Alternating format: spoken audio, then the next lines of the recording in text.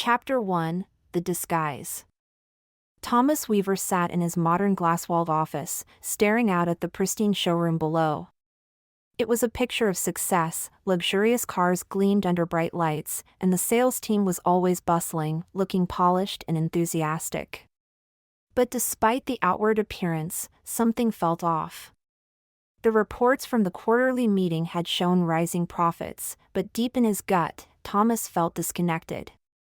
His employees seemed like they were going through the motions. Was there more going on beneath the surface? Was Weaver Motors truly as successful as it appeared, or were cracks starting to show? Over the years, Thomas had built his company from the ground up, turning it into a well-respected name in the luxury car industry. He had started as a salesman in a small dealership, quickly climbing the ranks with his sharp business acumen. But now, as the CEO, his perspective had changed. He was no longer on the front lines, hearing the stories directly from his team. Instead, he relied on reports in board meetings, filtered information that sometimes didn't reflect the true culture of his business. He began to toy with the idea of going undercover. Thomas had always prided himself on being an approachable leader, but how could he know what his employees really thought about the company? How could he be sure that the car buying experience was as seamless as it seemed? The idea of walking into one of his own dealerships as a regular customer began to take root. But how would he do it without drawing attention? After some thought, he reached out to Jake, his old college friend and personal shopper. Jake had a knack for putting together convincing looks for high-profile clients, and Thomas needed to blend in. He didn't want anyone recognizing him, not the salespeople, and certainly not his managers. A few days later, Jake arrived at his office with a plan. "You want to be low-key? Perfect. Here's the deal. We'll swap your usual high-end suits for a casual hoodie, some worn jeans, and a baseball cap. Nothing screams regular customer more than that." Thomas was hesitant at first, but he trusted Jake's judgment. The disguise was subtle, yet effective. And for the car, he'd go for something in the middle, nothing too flashy, but still a solid vehicle from their lineup. After getting the final details in place, Thomas made the decision. It was time. Chapter 2: The Salesman. When Thomas walked into the showroom of Weaver Motors, it was like stepping into a world he knew all too well. The polished floors, the gleaming cars, the soft hum of the air conditioning, all of it felt familiar, but today he was just another customer. He was greeted almost immediately by two salesmen who were standing near the entrance. One was Greg, a man in his late 30s with sharp features and a perfectly tied tie.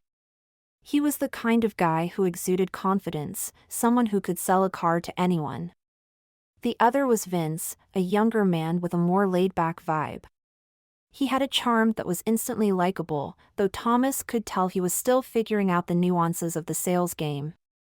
"Good morning. How can we help you today, sir?" Greg asked, flashing a wide, practiced smile. Thomas smiled back, trying to match his tone. "Just browsing. I'm looking for something practical, you know? A sedan." Vince jumped in enthusiastically. "We've got a few great models that would fit the bill. If you want something with a bit of luxury, we have some mid-range options that are just perfect for a comfortable ride." Thomas nodded, playing along. "Yeah, I'm not really looking to splurge. Something with good fuel economy and reliability would be nice." As they led him through the rows of cars, the salesman talked at length about the features of each vehicle, pitching everything from engine specs to high-tech dashboards. Thomas couldn't help but notice how smoothly they operated. They were skilled, no doubt, but something felt slightly off. Their pitches were rehearsed, too polished. There was little personal touch, and he could sense that they were trying to land a sale rather than understand his needs. He asked them to show him a few options, and they quickly guided him to a selection of cars that, while high quality, didn't strike him as the best fit for what he was looking for. There was a subtle pressure in their voices as they described every feature as though it would change his life. After a while, Thomas decided it was time to get to the heart of his mission. I think I've got an idea of what I like. Can we sit down and talk about financing?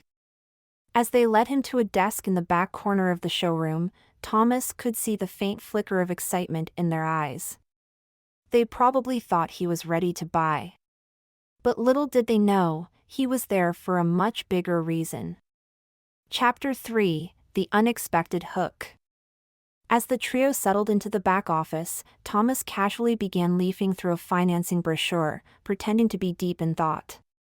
The salesman, still confident, began discussing the numbers with him. But then, almost as an afterthought, Greg turned to Vince and muttered something under his breath. "So, you think this guy's actually going to buy?" Greg asked, not realizing Thomas could hear every word. Vince looked around to make sure no one was eavesdropping. "I don't know, man.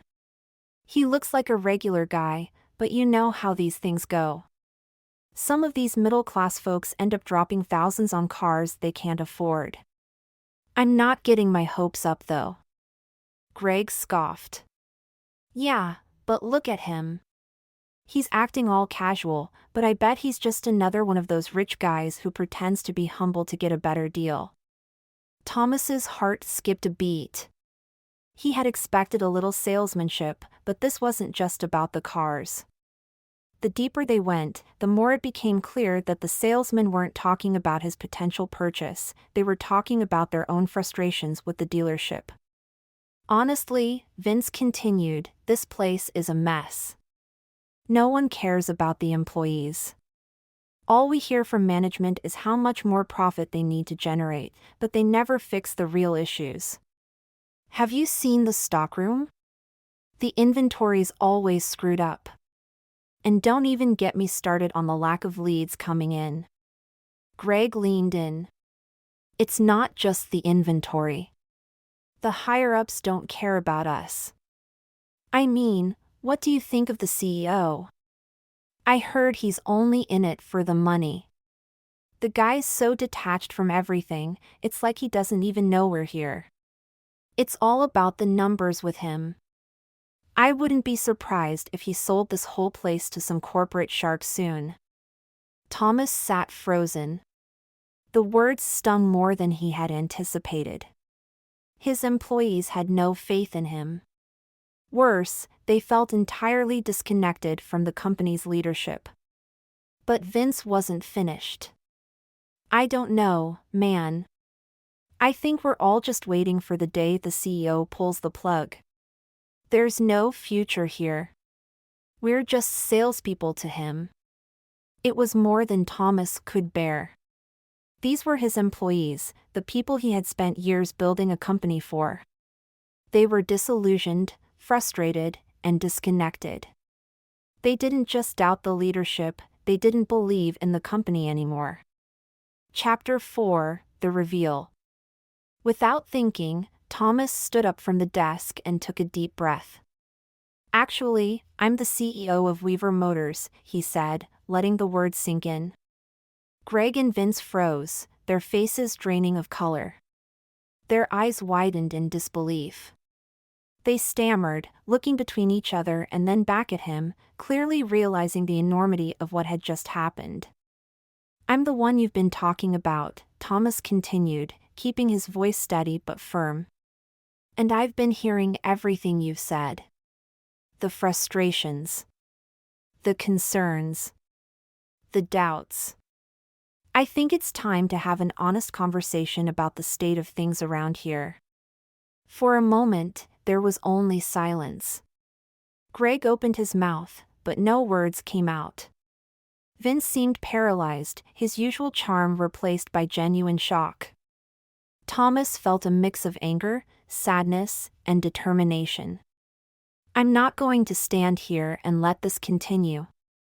I care about the future of this company, and that means I care about you, each one of you. If there are problems, we're going to fix them." He paused. "And let me be clear, this wasn't a trap.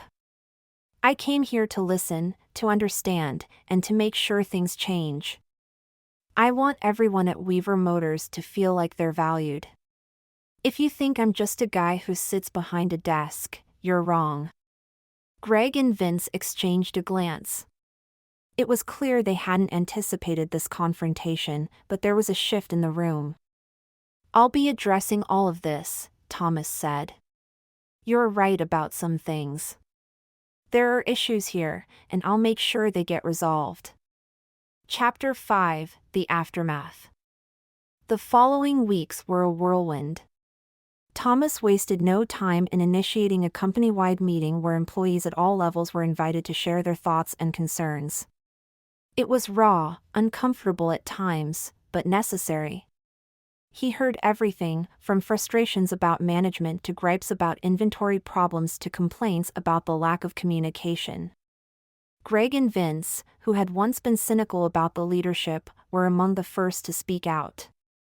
They shared their concerns openly, and slowly, they began to see that Thomas was genuinely invested in improving things, not just for the customers, but for the people who worked there. In the months that followed, Weaver Motors underwent a cultural shift. New programs were implemented to make sure employees felt heard and valued.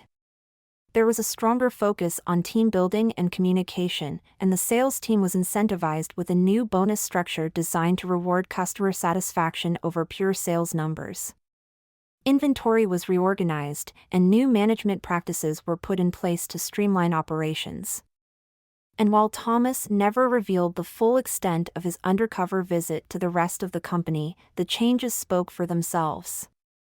The employees at Weaver Motors no longer felt like they were just cogs in a machine. They were part of something bigger. The culture had changed, and the company began to thrive in ways it never had before. The lesson was clear: sometimes, you need to step out of your executive chair and see the world from the ground level to understand where things are really going wrong. And for Thomas, that undercover visit had made all the difference.